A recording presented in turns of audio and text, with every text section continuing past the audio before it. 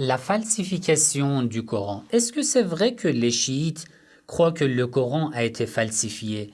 Que croient exactement les chiites?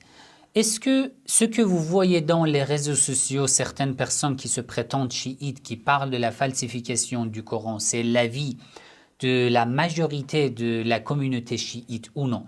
Je vous invite à suivre cette série de vidéos. C'est le premier épisode, mais c'est une série de vidéos concernant l'analyse de la question de la falsification du Coran d'après la voix des Ahlul Bayt alayhimus salam, les chiites. C'est le premier épisode. Reste avec moi, je vais commencer cette série de vidéos.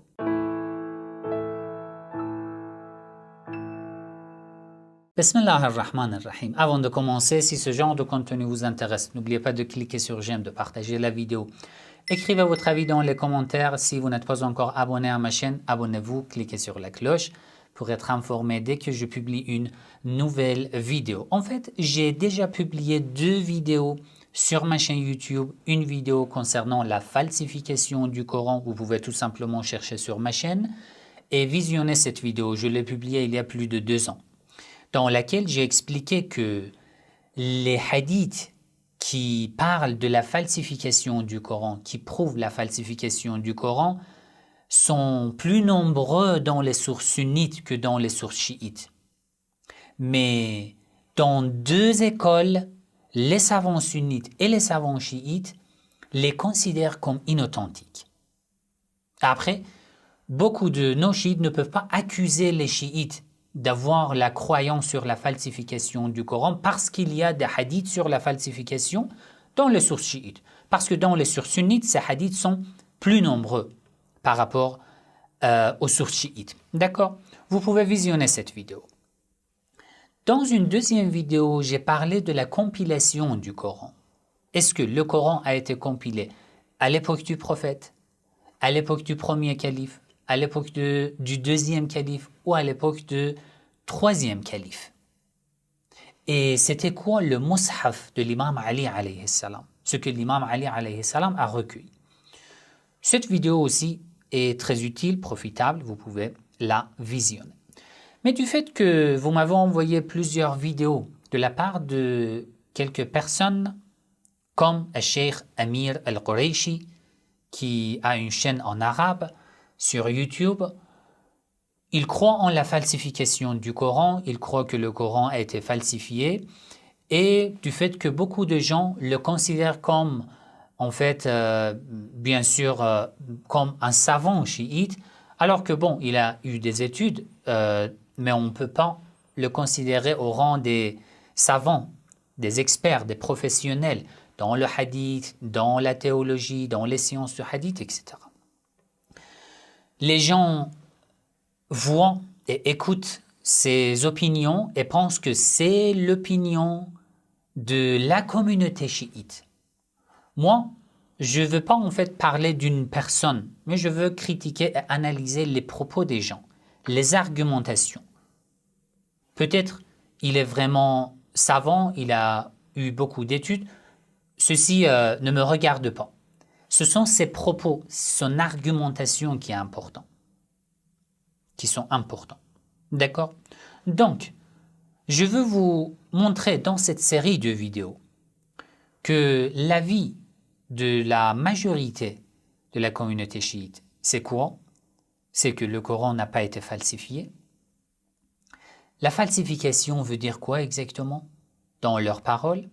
Et après, je vais mentionner les argumentations, les preuves de ce genre de personnes que je respecte, mais bon, je suis tout à fait contre leur méthode et leur argumentation. Moi, j'ai analysé plusieurs de ces vidéos concernant ce sujet. J'ai préparé une liste de ces argumentations et ces preuves. Et dans chaque épisode, je vais analyser une de ces preuves. D'accord? Donc, dans une vidéo, je ne vais pas parler de tous ces sujets. Dans une vidéo, je vais analyser une seule preuve. Et l'ensemble sera, Inch'Allah, plus de 20 épisodes. Alors, dans cette vidéo, ce premier épisode, je vais parler des preuves coraniques. Mais avant de commencer le sujet, je vais vous montrer la table des matières. Je vous ai dit que c'est une série de vidéos, alors vous devez savoir de quoi je vais parler. Dans plusieurs vidéos que je vais tout mettre dans une playlist, la falsification du Coran dans l'islam, sur ma chaîne YouTube, le chiisme. Alors, dans ce premier épisode, je vais parler des preuves coraniques. Dans le deuxième épisode, je vais parler du statut du Coran, la vie des Ahl al-Bayt alayhi salam. Troisième épisode, je vais parler de la vérification des hadiths avec le Coran. Dans tous ces épisodes, je vais raconter l'argumentation des personnes comme la personne que j'ai mentionnée, dont j'ai mentionné le nom, et après, je vais critiquer, je vais analyser. Quatrième épisode, la récitation du Coran, les hadiths concernant la récitation du Coran. 5. Hadith al-Thaqalayn et son rapport avec le fait que le Coran a été falsifié ou n'a pas été falsifié. 6. Pourquoi le nom des imams alayhi salam ne se trouve pas dans le Coran? Est-ce que le Coran a été falsifié ou non? 7. L'avis, le point de vue de Sahifat al-Sajjadiyya par rapport au Coran. 8. L'histoire de la compilation du Coran. 9. Preuves rationnelles concernant la falsification du Coran. Est-ce que le Coran a été falsifié ou non? 10. Avis des savants chiites. 11. Les hadiths sur lesquels, par exemple, Cheikh Amir al-Qurayshi s'appuie, et on parle beaucoup, les hadiths qui racontent un verset différent de la lecture courante, et dans lesquels les imams alayhi salam disent « Hakadha nazalat » ainsi est révélé ce verset. Et d'après lui, ce genre de hadith prouve la falsification du Coran. Un épisode, dans le 11e épisode, je vais parler de ce sujet. L'épisode 12, je vais parler de Mus'haf de l'imam Ali alayhi salam. C'était quoi exactement? 13, je vais parler du tahrif dans le hadith. De manière générale, le mot tahrif veut dire quoi exactement dans le hadith? 14, omission dans le Coran. Il y a en fait de différents avis par rapport à ce sujet. Est-ce que ce que nous avons, c'est tout ce que nous avons, en fait, nous trouvons entre ces couvertures dans le Coran, c'est du Coran, mais ce n'est pas tout le Coran, ou c'est tout le Coran entier. Je vais analyser ces propos aussi. L'épisode numéro 15, je vais parler de 2 sourates que les gens comme Amir Qurayshi pensent que ces 2 sourates faisaient partie du Coran, mais ils ont été perdus ou falsifiés. Nous allons analyser c'est quoi exactement, quelles sont les sources, d'accord. 16, je vais analyser un livre très ancien, chiite, Al-Qira'at de As-Sayyari, qui rapporte beaucoup de hadiths concernant la falsification du Coran. Nous allons d'abord vérifier ce livre, quelles sont ses origines, ses manuscrits, ses chaînes de transmission, l'auteur, etc., etc. Parce que les gens comme Al-Muhaddith al-Nouri, Sayyid Ni'matullah al-Jazairi, qui croyaient en la falsification, se basaient sur ce livre. Dans l'épisode numéro 17, je vais parler des anciens manuscrits du Coran, les manuscrits les plus anciens du Coran, on va analyser. L'épisode numéro 18, nous allons parler de Mus'haf qui se trouve dans le mausolée de l'imam al-Rida alayhi salam à Mashhad en Iran, parce que ce Mus'haf appartient au 1er siècle et a beaucoup d'importance. L'épisode 19, je vais parler de Mus'haf as-Sana'a qui a été trouvé au Yémen il y a plus de 20 ans, avant l'année 2000. Est-ce que ce Mus'haf prouve la falsification du Coran ou non? Dans l'épisode numéro 20, je vais analyser et critiquer un livre de Muhammad Ali Amir Mu'azzi. Son livre s'appelle Le Coran silencieux et le Coran parlant. Et dans l'épisode numéro 21, je vais parler du tahrif, de la falsification dans les sources sunnites, Inch'Allah. Mais aujourd'hui, dans cet épisode, je vais parler des preuves coraniques. Est-ce que le Coran a été falsifié ou non? D'abord, il faut savoir que signifie at-tahrif. Cette définition est très importante. Vous devez mémoriser cette définition jusqu'au dernier épisode. Parce que je fais référence, dans chaque épisode, je fais référence à cette définition.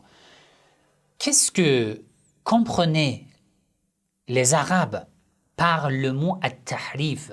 Les Arabes des premiers temps de l'islam, de l'époque du prophète Mohammed sallallahu alayhi wa sallam. Que signifiait at-tahrif à cette époque-là? Alors aujourd'hui, tu dis at-tahrif, falsification, l'altération.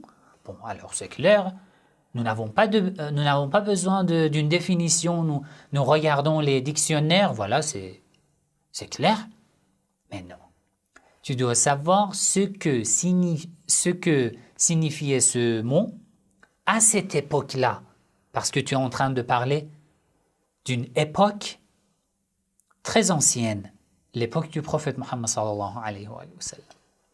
Alors, Tahdhib al-Lugha, un dictionnaire arabe de 4e siècle de l'Hégire, il dit قال الليث التحريف في القرآن. التحريف, la falsification dans le Coran, ça veut dire quoi? تغيير الكلمة عن معناها. Ça veut dire, l'altération du Coran, c'est changer le mot de son sens. Changer le mot de son sens. وهي قريبة الشبه, tout en étant proche de l'apparence du texte original. Cette définition est tout à fait différente avec ce que nous pensons aujourd'hui. Ça veut dire quoi? D'après cette définition, c'est un dictionnaire de 4e siècle de l'Hégire. Encore entre lui, de 4e siècle, et l'époque du prophète, il y a au moins 3 siècles, plus de 3 siècles. Mais qu'est-ce qu'il entend par le mot tahrif? Le changement du sens d'un mot, d'un texte. Et non le changement du texte, suppression d'une partie du texte ou ajouter quelque chose à un texte. Ça veut dire l'altération interprétative et non textuelle. Ça veut dire que lorsque tu lis Yadullah fawqa aydihim, tu changes son interprétation. C'est ça la définition de at-tahrif. Et non le fait que tu prends un manuscrit du Coran, tu supprimes une partie, une sourate du Coran. Non, ce que l'arabe s'entendait par at-tahrif, c'était le changement du sens. Deuxième source, al-Muhit fi al-Lugha, de encore 4e siècle de l'Hégire. At-tahrif fi al-Qur'an wa fi al-kalam.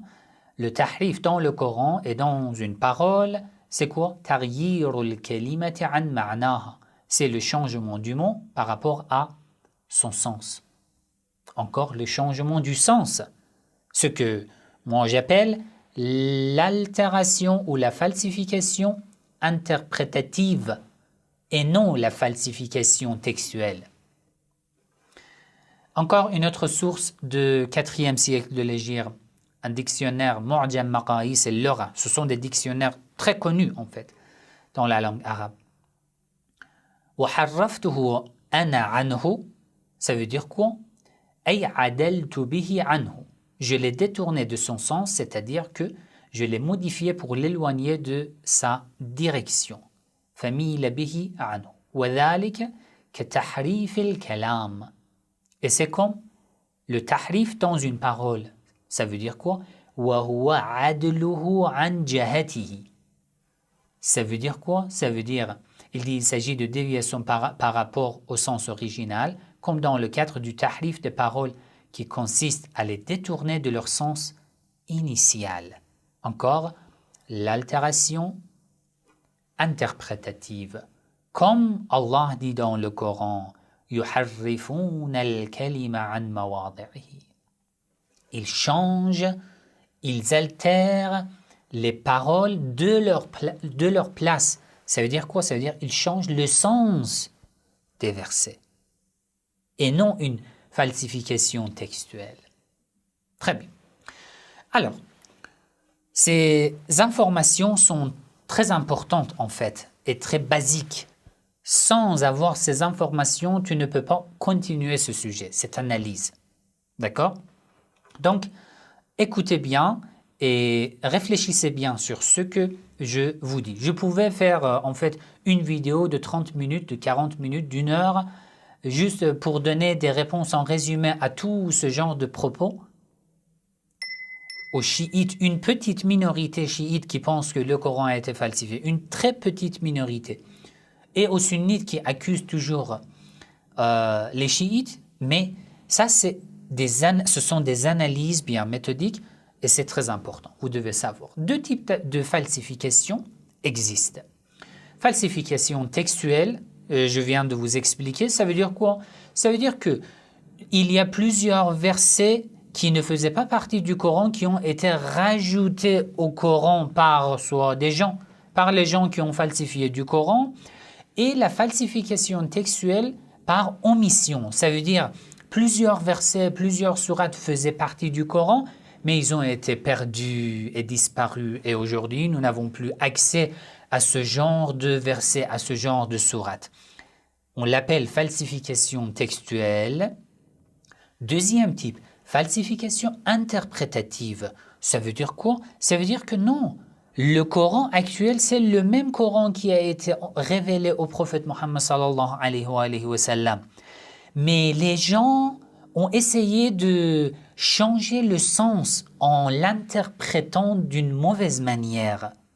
D'accord? Ce qu'on appelle la falsification interprétative. D'après ceux qui croient que le Coran a subi d'une falsification interprétative, ils disent que le Coran actuel, c'est le même Coran révélé au prophète Mohammed sallallahu alayhi wa sallam, sans changement dans le texte. Mais c'est l'interprétation qui a été modifiée. Sinon, nous avons accès au même Coran qui a été révélé au prophète. Deux types de tahrif. Alors, je dois vous expliquer d'abord falsification textuelle par addition, ensuite par omission, ensuite falsification interprétative. Alors, falsification textuelle par addition, ça veut dire que une chose a été ajoutée au Coran alors qu'elle ne faisait pas partie du Coran. D'accord? Ici, je veux vous donner l'avis d'un savant chiite qui est très connu. Tous les sunnites qui parlent contre les chiites, qui disent que oui, les chiites croient en la falsification du Coran. Et une petite minorité de chiites qui croient en la falsification du Coran, comme Cheikh Amir Qureshi, il mentionne deux noms. Al-Muhaddith An-Nouri et son livre concernant la falsification du Coran, Al-Sayyid Ni'matullah Al-Jazairi, Muhaddith Al-Jazairi. D'accord? Ces deux savants croyaient que le Coran a été falsifié. Mais comment définissaient ces deux savants la falsification du Coran? Même Cheikh Amir Qureshi, dans ses vidéos, il parle de Muhaddith An-Nouri, de Muhaddith Al-Jazairi. Oui, eux, ils ont rapporté beaucoup de hadiths pour prouver que le Coran a été falsifié. D'accord? Nous allons analyser ces livres, en fait, petit à petit, dans les épisodes suivants. Mais juste la définition de Al-Muhaddith An-Nouri concernant la falsification. Est-ce que Muhaddith An-Nouri croyait que dans le Coran actuel, beaucoup de versets ont été rajoutés alors qu'ils ne faisaient pas partie du Coran? Ça veut dire dans le Coran actuel, il se trouve des versets qui ne font pas partie du Coran. C'est ça qu'il voulait dire par la falsification? Ou non? Il voulait dire le Coran actuel n'est pas tout le Coran. Une partie du Coran a été omise. Lequel? La définition de Muhaddith An-Nouri concernant la falsification, c'est ça. J'ai mis même la photo de son manuscrit. D'accord?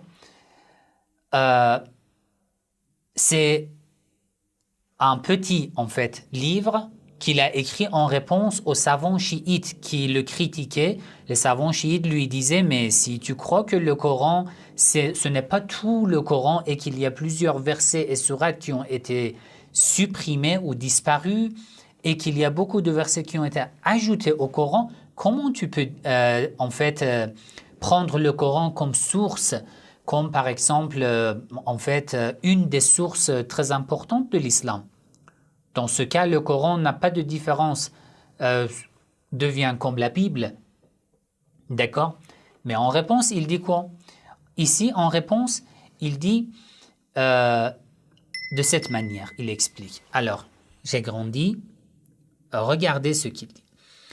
Ça en persan, je lis et je traduis.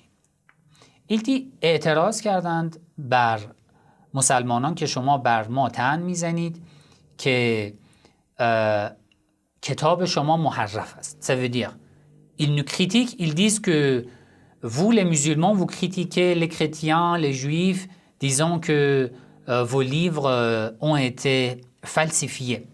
Alors, si vous croyez en la falsification, votre Coran aussi sera pareil, il n'y aura pas de différence. Et par la suite, il dit ici, dans cette page, ici, il dit مبنای این اعتراض مغالطه است در لفظ تحریف. Il dit non, vous n'avez pas bien compris ce que nous entendons par le mot tahrif, la falsification. چه مراد از آن در حق قرآن سقوط پاره‌ای از صور و آیات و کلمات است. Il dit, lorsque je parle de la falsification, je parle de la suppression d'une partie des versets et des sourates. Je ne veux pas dire que dans le Coran actuel se trouvent des versets et des sourates qui ne font pas partie du Coran. Mais je veux dire que le Coran actuel n'est pas tout le Coran. D'accord?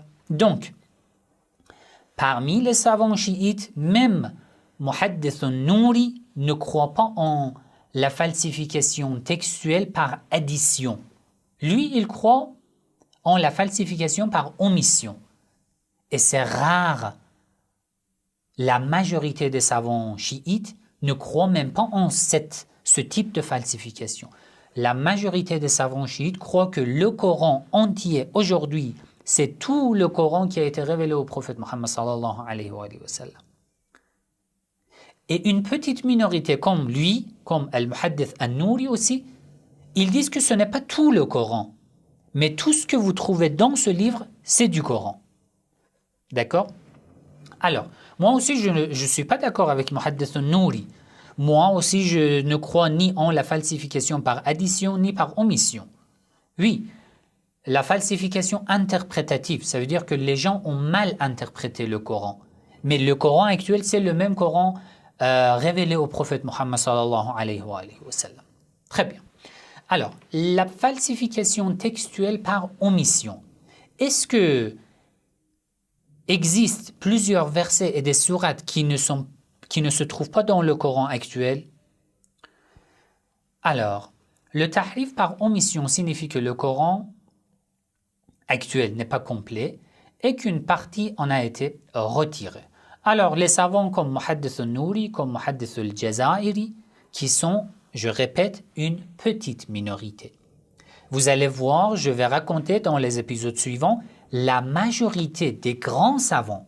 Par exemple, Muhaddith al-Nouri, avec tout notre respect, Muhaddith al-Jazairi, avec tout notre respect, ne se plaçait pas au rang des savants les plus, on peut dire, les plus professionnels dans la communauté chiite. Et tout le monde le sait dans la communauté chiite, Muhaddith al-Jazairi, Muhaddith al-Nouri n'ont pas une place très élevée parmi les savants très professionnels et experts. Alors que la majorité de grands savants chiites croient que le Coran n'a pas été falsifié, ni par addition, ni par omission. Dans les épisodes suivants, nous allons parler. Mais les gens comme Muhaddith al-Nouri et al-Jazairi, certains croient que une sourate ou deux sourates complètes ont été supprimés du Coran actuel. Un ou plusieurs mots ont été supprimés au verset. Quelques mots ont subi de modifications, comme Salamun ala Yasin ou Ali Yasin, par exemple. Alors nous devons, dans les épisodes suivants, analyser tous ces propos et toutes leurs preuves. Donc, dans les épisodes suivants, nous allons parler de toutes ces preuves et nous allons les analyser. Alors, concernant la falsification interprétative, l'interprétation du Coran a été falsifiée.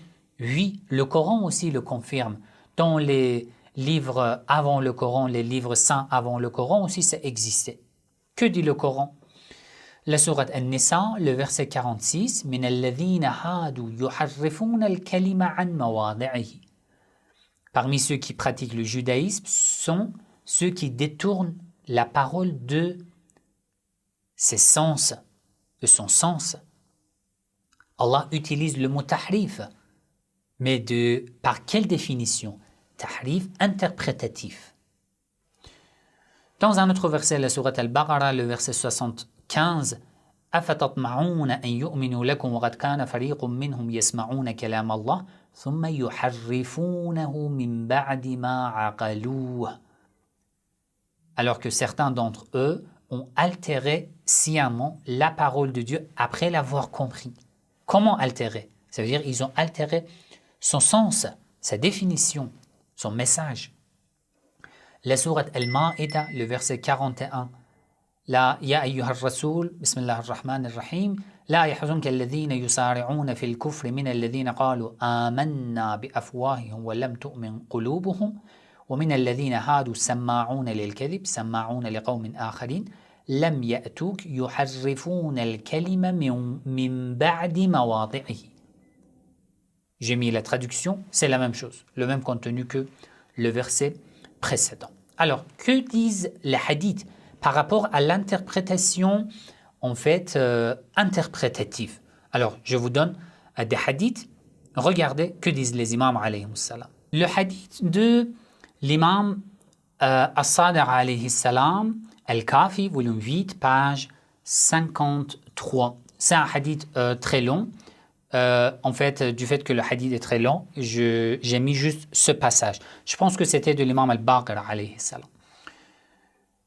Il dit, chaque communauté à qui Dieu a retiré la connaissance du livre, كل أمة قد رفع الله عنهم علم الكتاب حين نبذوه وولاهم عدوهم حين تولوا وكان من نبذهم الكتاب.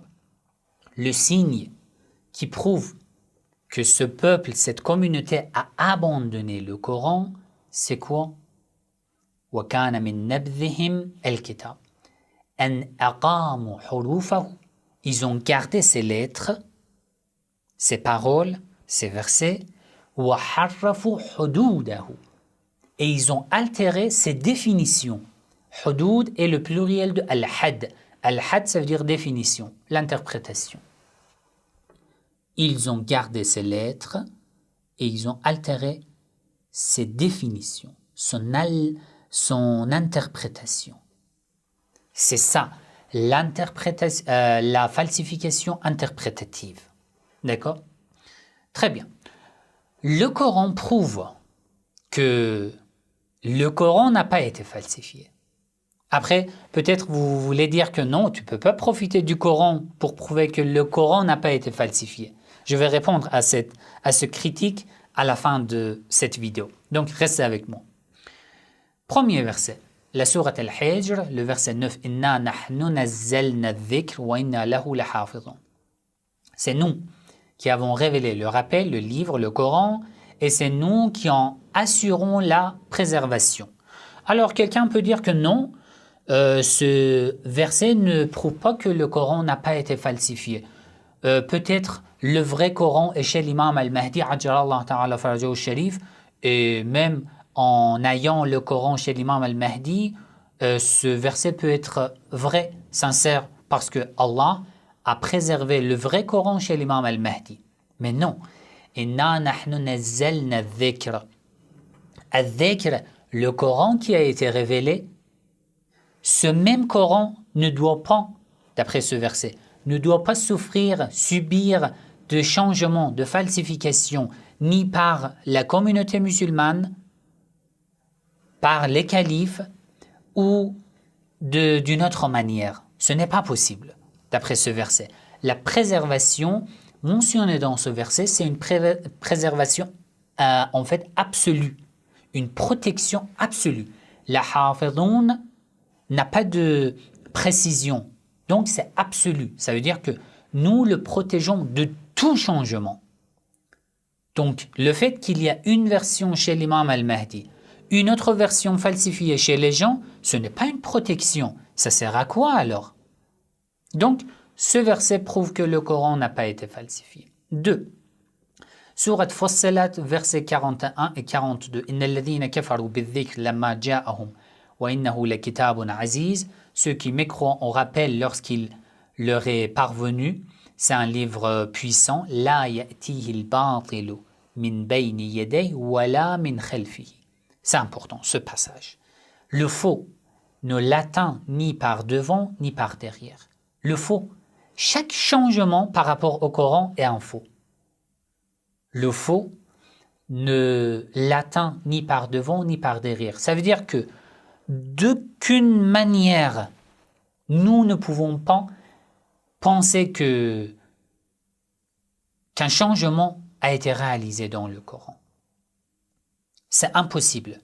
Le fait que le Coran qui se trouve chez les gens soit falsifié, mais le Coran chez l'imam al-Mahdi ne soit pas falsifié, ce n'est pas une protection. Donc, se trouve une version du Coran sur lequel la communauté musulmane s'appuie et se base, qui a été falsifiée, qui a subi en fait des changements, de modifications, c'est tout à fait contre le sens de ce verset. Ce verset aussi prouve le contraire. La sourate al-Baqarah, le verset 2, « ذَلِكَ الْكِتَابِ لَا رَيْبَ فِيهِ هُدًى لِلْمُتَّقِينَ » Voici le livre, le Coran, au sujet duquel il n'y a aucun doute, c'est un guide pour les pieux. Quel passage de ce verset prouve que le Coran n'a pas été falsifié? Réfléchissons un peu. ذَلِكَ الْكِتَابِ, certains pensent que le fait que ce verset dit « al-kitab », cela veut dire que lorsque ce verset a été révélé, donc « al-kitab » existait déjà. Non, je ne veux pas me baser sur ce passage, parce qu'il y a beaucoup de choses à dire sur cette argumentation. Non. « Hudan lil muttaqin » c'est un guide pour les pieux. Si le Coran qui se trouve chez les musulmans a été falsifié et que le seul Coran qui n'a pas été falsifié se trouve chez l'imam al-Mahdi, comment ce Coran peut être un guide pour les pieux? Un Coran dont plusieurs versets ou sourates ont été supprimés ne peut pas guider les gens, peut égarer les gens. Tu ne peux pas croire que le Coran actuel a été falsifié et croire que ce Coran Hudan lil Muttaqin guide les pieux. C'est impossible. Comment tu peux dire que ce Coran qui a subi d'omission, une falsification d'omission par omission, ceci peut guider les gens, mais ce n'est pas possible. Parce que l'absence des versets nécessaires, si existait des versets qui ne se trouvent maintenant dans ce Coran, leur absence peut égarer les gens. Alors que ce verset dit non, le Coran guide les pieux. Tu ne peux pas croire que le Coran a subi une falsification par omission et croire que ce Coran actuel est un guide pour les pieux. Ce n'est pas possible. D'accord? Le verset 9 de la sourate Al-Isra. « Inna hadha al-Qur'an yahdi lillati hiya aqwa » Hadha al-Qur'an. Ce Coran-là, quel Coran? Allah montre le Coran qui se trouve chez l'imam al-Mahdi. Non, ce Coran qui se trouve chez vous, parmi vous les musulmans, la communauté musulmane. Yahdi lillati hiya aqwa. Conduit dans une voie très droite. Tu ne peux pas dire que non, même avec ce Coran qui n'est pas le Coran complet, il peut nous guider. Ce n'est pas possible. Ce n'est pas possible. Ce genre de verset prouve que le Coran n'a pas été falsifié. Très bien. Alors, il y a un problème que j'ai mentionné au début, le cercle vicieux. Ad-dawr al-batil al-mantaqi. Le cercle vicieux, ça veut dire quoi? Ça veut dire que, ici j'ai expliqué, tu veux prouver que le Coran n'a pas été falsifié et que tu te bases sur le Coran, ce n'est pas possible. Parce que tu dois d'abord prouver l'authenticité du Coran, ensuite te baser sur le Coran. Tu ne peux pas chercher des preuves dans le Coran pour prouver que le Coran n'a pas été falsifié, alors que tu n'as pas encore prouvé que ce Coran est un livre divin qui n'a pas été falsifié. Vous voyez? Donc certaines personnes pensent que on ne peut pas utiliser les versets du Coran pour prouver son inaltérabilité, car cela impliquerait un cercle vicieux. Il faudrait d'abord prouver à partir des preuves externes du Coran que le Coran n'a pas été altéré, puis ensuite l'utiliser comme preuve. Est-ce que c'est correct ces critiques? Non. Pourquoi? Parce que, je vous explique. Si tu parles avec un non-musulman, oui, c'est correct. Ça veut dire quoi? Tu es en train de parler avec un chrétien. Un chrétien te pose une question. Quelles sont les preuves qui prouvent que le Coran n'a pas été falsifié? Tu ne peux pas lui donner des versets du Coran parce qu'il ne croit pas en le Coran. Pour parler avec un non-musulman, oui, c'est un cercle vicieux. Mais pour parler avec un musulman, non, ce n'est pas un cercle vicieux. Pourquoi? Parce qu'il a déjà confirmé la véracité du Coran.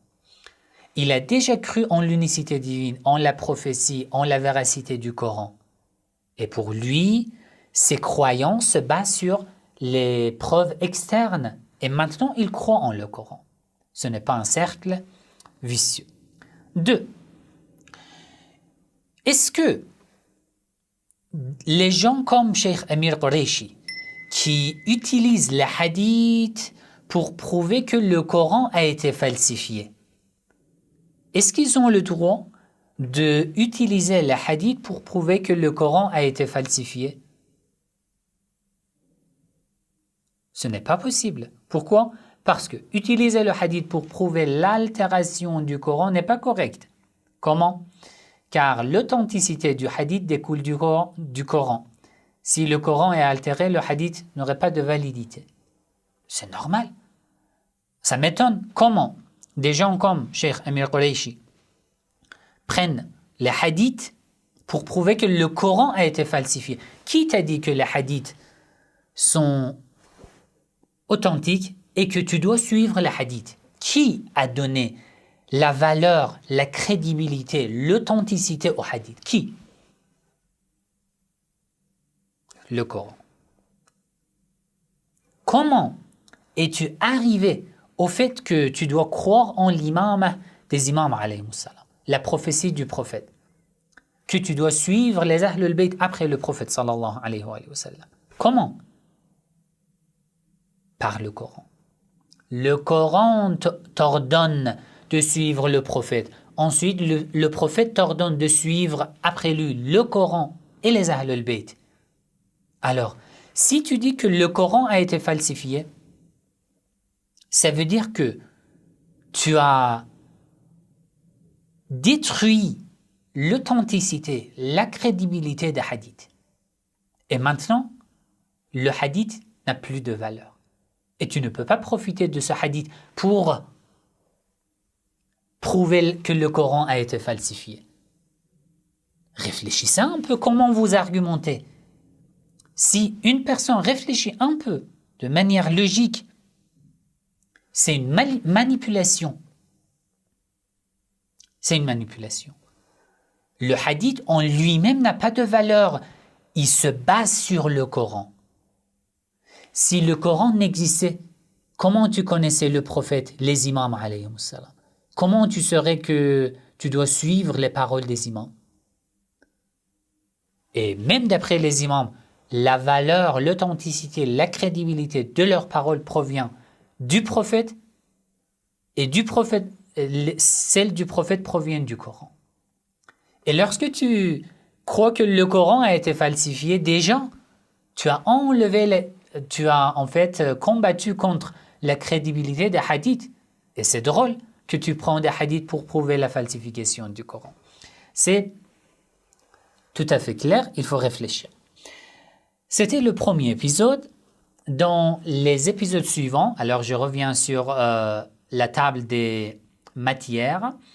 Dans le deuxième épisode, je vais vous parler du statut du Coran dans l'islam, dans les convictions islamiques du Coran actuel. D'après les Ahlul Bayt, alayhimus salam. Dans cet épisode, nous avons compris que d'après le Coran, ce livre ne peut pas subir de falsification, de l'altération, d'omission, d'addition. Sinon, il ne peut pas être un guide. Par contre, il va nous égarer s'il y a de la falsification et de l'altération. Et dans le deuxième épisode, nous allons parler de l'avis des Ahlul Bayt alayhimus salam concernant le Coran actuel. C'est quoi exactement? D'accord? Donc, comme je vous ai dit, petit à petit, dans environ 21 épisodes, ou peut-être vous me posez des questions, que j'augmente le nombre de ces épisodes, pas de problème, dans les commentaires vous allez écrire. Ça sera une série, un ensemble de vidéos, d'argumentation et d'analyse pour prouver que le Coran n'a pas été falsifié. D'accord? Ce contenu est profitable pour cette petite minorité et pour les sunnites qui accusent toujours les chiites, disant que les chiites croient en la falsification du Coran. Très bien, si vous avez des questions, n'hésitez pas à écrire dans les commentaires. Je vais continuer cette série. Bientôt le deuxième épisode, Inch'Allah. Wassalamu alaikum wa rahmatullahi wa barakatuh.